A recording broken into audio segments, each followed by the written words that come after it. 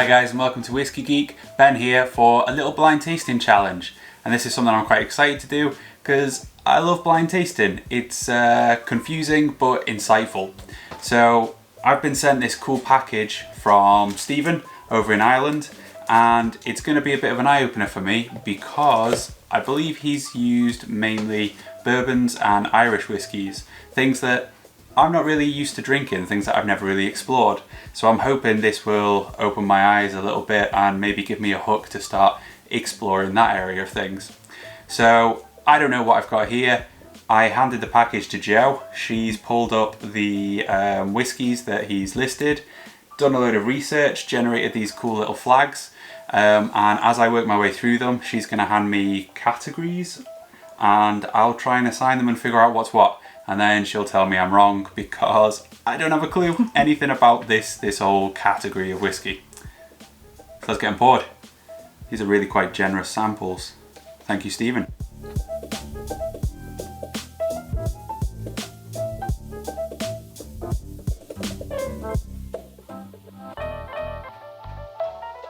Okay, so time for the first category. Okay, your first category is country of origin. You've got 2 American, you've got 2 Irish, and you've got 1 Scottish. Now that's interesting. I was under the impression that these were all going to be bourbons and Irish, so it's going to be embarrassing if I can't pick out the Scotch. Perfect. Let's get stuck in. Okay. Thanks, Jo. Let's start with A. Vinous and soft, and there's kind of an odd vegetal tone. Now, one thing I've picked up from all of my failed blind tasting attempts is to trust my gut, go with the first impressions, because you tend to overthink it otherwise. Whiskey B. Quite woody with a solventy tone. There's a sweetness reminiscent of Crown Royal in that to me. Whiskey C. Something quite unusual about that one. Not particularly exciting. Again, it's soft. It's got almost a starchy vegetal tone to it. Whiskey D. Again, there's something a little reminiscent of Crown Royal about that one. It's kind of got a wood polishy tone and a virgin oaky sweetness, kind of vanilla, candies. It's altogether really mellow. A little bit of a prickle on the back end. And then Whiskey E. Oh, I think this one's much more in my wheelhouse. It's got a peaty tone to it. Seems much more familiar to me. It's got a bacon tone, kind of those Frazzles crisps again. Something a little earthy, woody and damp in the background. So, I feel relatively confident about these, which probably means it's going to go terribly wrong. I think the Americans are B and D. The Irish is A and C, which leaves E as the Scotch. You'll be glad to know that you definitely got the Scotch right. Good. First Irish one is A. Cool. The second one is also Irish, which leaves C and D to be American. So these two were wrong. Yes. Okay. 3 out of 5. It's not too bad. I can live with. Okay, so what's the next category? The next category is ABV. You have 2 that are 53% or higher. Okay. And you have 3 that are 46% or lower. I might struggle with this. Okay. Okay. Okay. I've just realised that I didn't even bother to taste them for that, which is another thing that I frequently do when we're blind tasting. I go entirely off of nose. Oh well. So, ABVs, 2 53% or over and 3 46 or lower. I am going to have to taste them for this. I guess I'll start with B on the palate. This one really reminds me of Crown Royal. It's odd.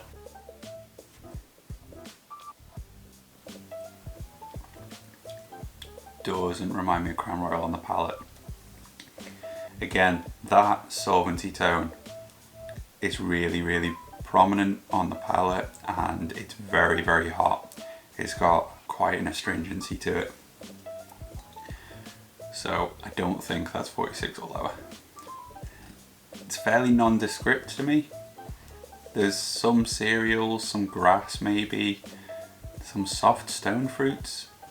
It's probably a bad one to start with. I guess I'll stick with the Irish and give A a try next.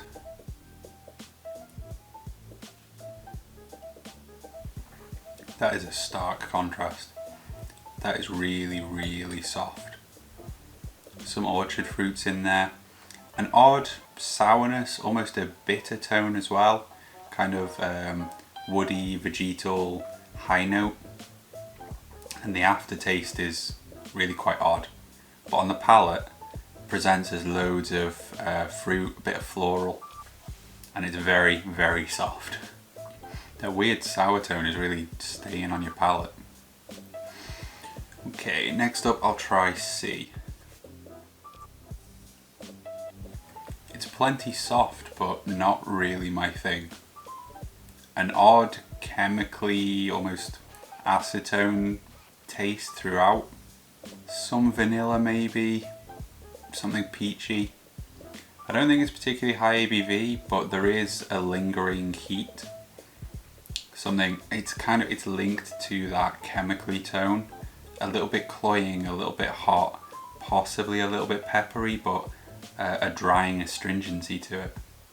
No, I think that's relatively low ABV. I'll stick with 46 or lower for C. Whiskey D, the second American whiskey.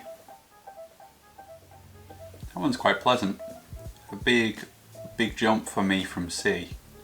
There is still a chemically undertone, but by comparison it's way more pleasant. There's kind of a fruity tone to that one.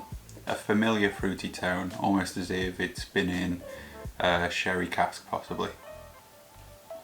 And a kind of rough wood to it.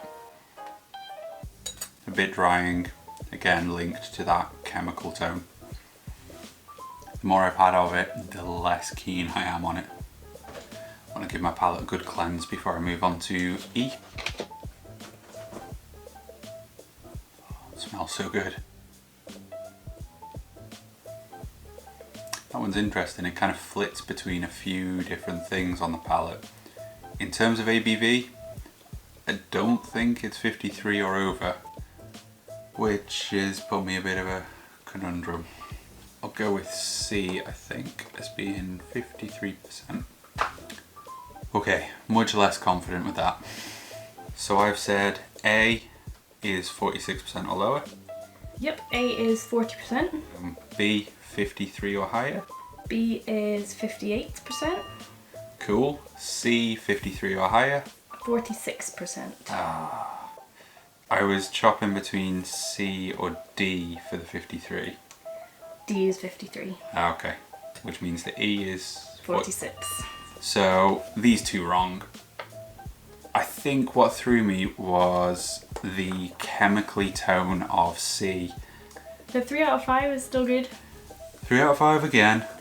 Next category is 2 of them are blends. Right.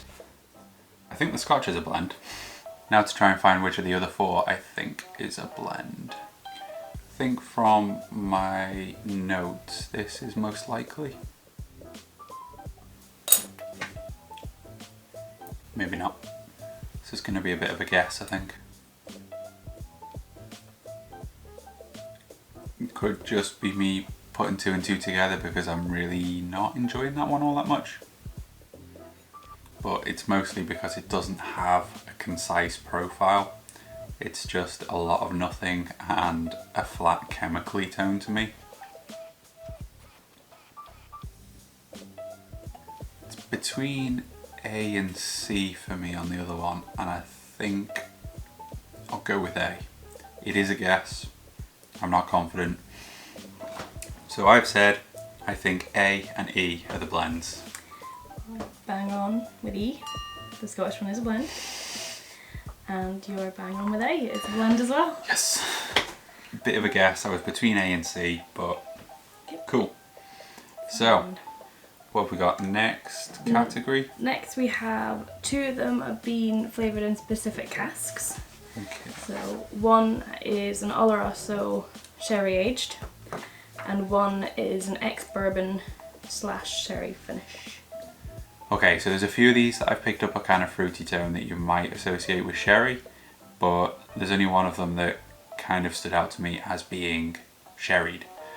So on C I had some kind of peachy tones, on B I had some stone fruits which could be indicative of sherry, and then A had orchard fruits, which is less indicative of sherry. Oh, I'm struggling with this one again. It's really tough to get past that chemical note on that one. I'm going to go with B. Not confident, but let's give it a try. Do you want to tell me how I've done? So, I've said B is the bourbon and then sherry finished. That's correct. Yes! Yeah. And then D is Oloroso sherry aged? No, it's A. Ah, really? Yeah. See, there is a fruity note to it, there's a sweet note, but it's coming across as like apples and pears. It's those orchard fruits, not particularly sherried. I wonder whether it's notionally sherry aged and it's tired casks rather than being to really impart that flavour. That's just me being a skeptic. Okay, so 1 out of 2 for that. What's the next one? So the last section I have is one of these whiskies costs less than £30. Okay.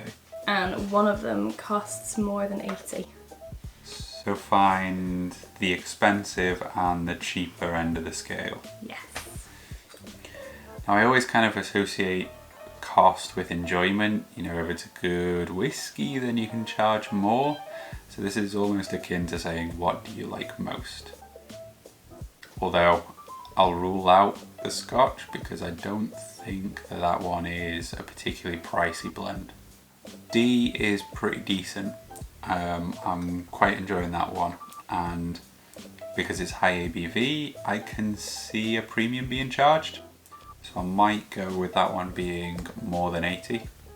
And if I'm sticking with the theme of what I like versus what I don't like, maybe that belongs there. I'm not sure, but it wouldn't surprise me if A, I think was a 40%, if that was kind of a core expression and it was on the cheaper end of the scale. It's super friendly, really easy drinking, so maybe I'll try that. Less than 30, I've guessed A. which is correct. Score. And then More than 80, I've guessed D. it was B. Ah, I can kind of see that. Okay, I guess to finish off, I should go through and decide what order I like them in. Okay, so in terms of my personal enjoyment, I liked C the least. So C is a High West. I'm not sure which High West it was. I know it's 46%, but there's a few. I may have heard of High West before. I don't know bourbons well, but High West doesn't really stick out as a name that I'd keep an eye out for. Next up was B. B was the Redbreast 12. Oh, Redbreast 12 is one that people talk highly of. It was okay, way too solventy, hot and spiky for me, really. Then it was D for me. D is Balcones. Balcones. Balcones, the Texas single malt. Oh, okay. That's interesting. Again, that's a distillery that people really like over in Texas. And then it was A. A is Bushmills Black. So apparently I like the cheaper Irish stuff. You do. Finally, the one I liked most was the Scotch E. It's from the Compass box. Which one? The Peat Monster. Okay. I kind of would have expected a more heavy peat profile. I mean, peat was evident, it was what's at the core of it, and there wasn't massive tones of anything else in there, but I always, you know, it's like the smokehead whiskies. I always expect more when you call it something like Peat Monster, Big Peat, Smokehead, and then it comes through and it's quite mellow and pleasant. But cool, that's the first Compass box I ever tried, I think, and I enjoyed it. Good. Well, that was not massively eye-opening on either the bourbons or the Irish whiskies, I'm afraid. Stephen, I hope I haven't let you down there. I think maybe I should be trying more cheap Irish stuff. That's the only takeaway I can get. So thank you very much for sending those samples through. I've enjoyed it. Cheers for watching, guys, and cheers Joe for helping. I hope you've enjoyed this video. If you have, chuck a like and a comment below, and consider subscribing for more whiskey silliness.